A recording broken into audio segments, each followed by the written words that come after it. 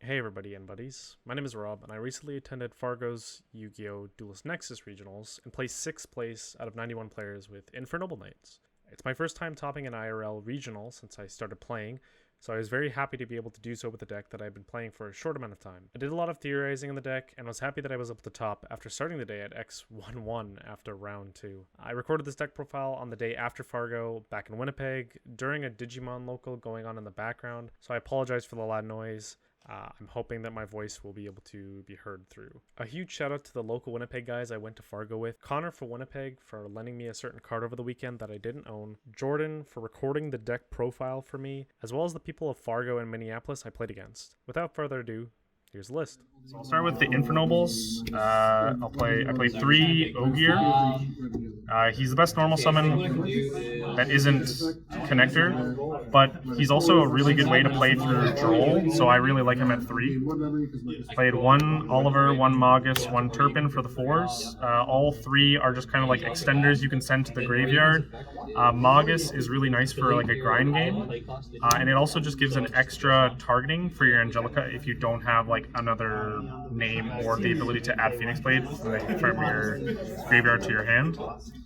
For the final 4 Infernobles, I played 3 Renaud and 1 Ricciardetto. Renaud and Ogier are just like the best 2 cards you can open. It's just like full combo for sure. And then Ricciardetto is really important for his old lines since it revives back the Ogier, makes Angelica.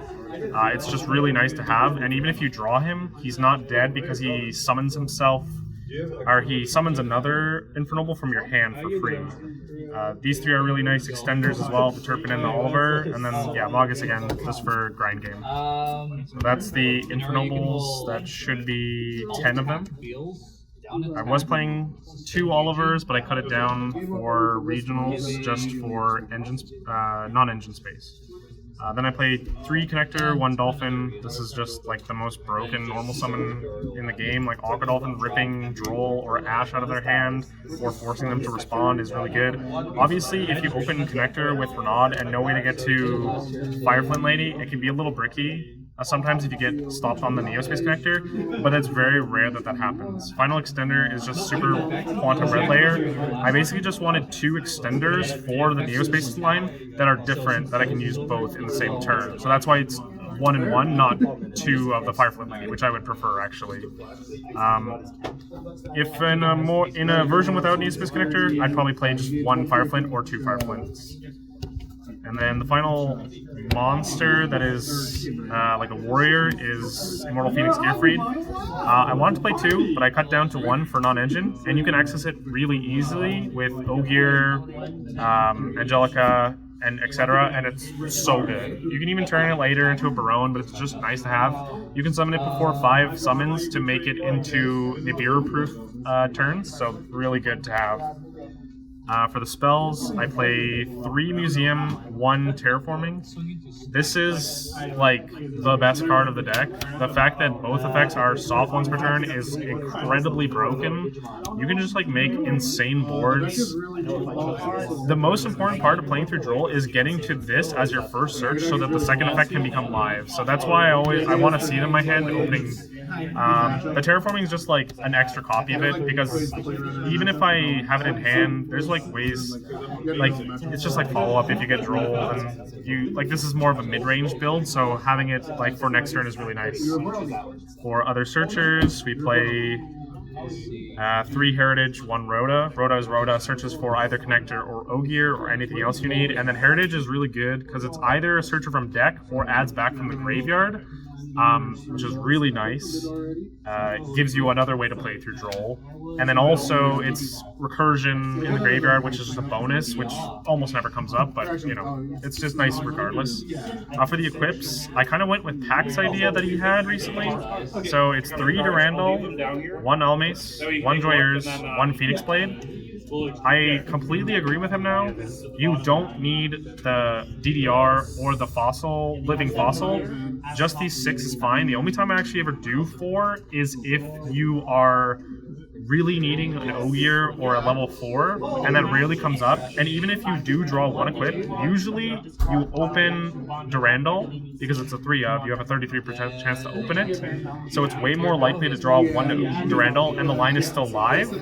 than it not being alive. I think in the entire tournament, the level 4 line was not live one time of 7 rounds, which I played like, I don't know, at least like 15 games or so, 20 games maybe, probably more likely, I don't know. You know what I mean? Like it's not necessary to play the DDR. For non-engine, I only played 9.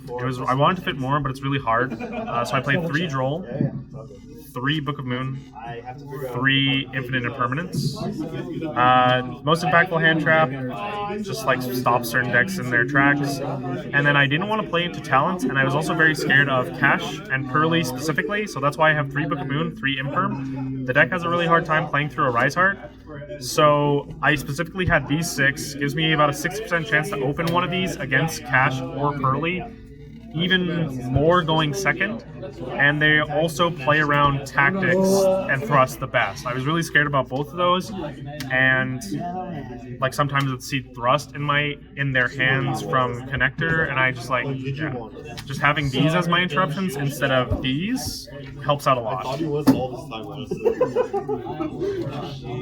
So that's the main deck. It's exactly 40. 2 Charles. I only own 1 quarter century, so sorry. This card is insane. Like, this card is so good and so fun. This is the entire reason why I play the deck. He's just such a cool card. 2 is old. The fact this card is still around is honestly unbelievable. This card is so insanely broken, it is not even fair. Like, this is like one of those old links that should just be banned at this point, but they just like don't. I don't know. Maybe in the future if Infernoble becomes like broken, but for now, yeah, I'm just gonna keep abusing this. For other links, I play 1 Ferocious, 1 Rotten. You basically just want a couple of things to link off the Isolde for sometimes, and Rotten is a pseudo interruption as well as a good way to push through stuff going second. And the Ferocious Flame Swordsman is the same thing, and it gives your whole board like a flat 500. So this and the Museum gives your whole board like 1,000 extra attack for everything, which is insane. You just push through game so easily. So that's it for the links. For the synchros, I played 2 Charles. You can play 1. I wanted a second one just in case. So that's why I played 2. 2 Angelica. It's insane. You can have lines where you play 2 in 1 turn, which can kind of be important. 1 Roland, 1 Ignoble. I didn't play the second one. It's not really necessary in my opinion. Ignoble did come up like once. It's for like a 1-card line, but I never made it that much. It wasn't that important. 1 Barone. Shout out to Connor for this one. I don't own Barone, but he lent me this, and super appreciate it. Barone is Barone. It's just a non-mitigate. Finally, the last 2 spots are 1 Dempsey and 1 Artorgus. I was told by somebody to cut this. I don't understand why. This card is just insane for 1-card combos to play through Droll, especially, because you can just like dump 4 equips, equip the Joyers, equip the All-Mace, you just add special summon, it's so good. And then Dempsey, it never came up, but in theory it's just like another searcher. You turn 2 level 4s, maybe grab a Renaud, which, yeah, it makes sense in my mind, but never came up. Wasn't unhappy that I played it, but also just like didn't come up. And then finally for the side deck, I played a small package of going first stuff, so 1 Battling Boxer, Uppercutter, Flammel Counter, and Metal Silver. You basically summon this off of Isolde, and then you can search this, which gives you an out to Dark Ruler, because this is 200, Renaud's 200, Charles is 200, so you just banish any of one of them. And this, in theory, if you equip this with Oliver, it's just like game against certain decks. Never really came up, didn't make it, but I'm not unhappy that I played it. I also played a lot of back row removal because, again, this deck kind of struggles against back row. So Arfidator, it's just to bait out stuff. 2 Cosmics, 2 Lightning Storm, 1 Harpies. These should have been evenly matched, but in theory, like, it's also just like breaks through a board. But yeah, I would have, in theory, in like hindsight, these should have been evenly. So it still worked out well enough. I didn't play against a ton of back row, but having them was nice. The last 6 slots were Book of Eclipse. Again, super afraid of Pearly and Cash specifically, so these are just like extra copies of Book of Moon, and really good going first against Cash, and are also good going first or second, so I can side them in. Super flexible. And then Dark Ruler No More. If you can like push, if you can just activate Dark Ruler No More, you have a grind game. A lot of other decks don't. So Dark Ruler No More just helps you break through like synchro boards that don't set up Calamity. Yeah. A couple of final points I want to get through before the end of the video. I didn't play Forbidden Droplets or any other cards that stop the Calamity Lock just because I didn't expect to see it very often. In hindsight, maybe I should have played it or any other ways to stop it, but I'm just kind of lucky that I did not end up playing against it or any other synchro spam deck such as that. If you've gotten this far through the video, I thank you a lot for watching. I really appreciate it, and I will see you all for a future video, hopefully. Thank you.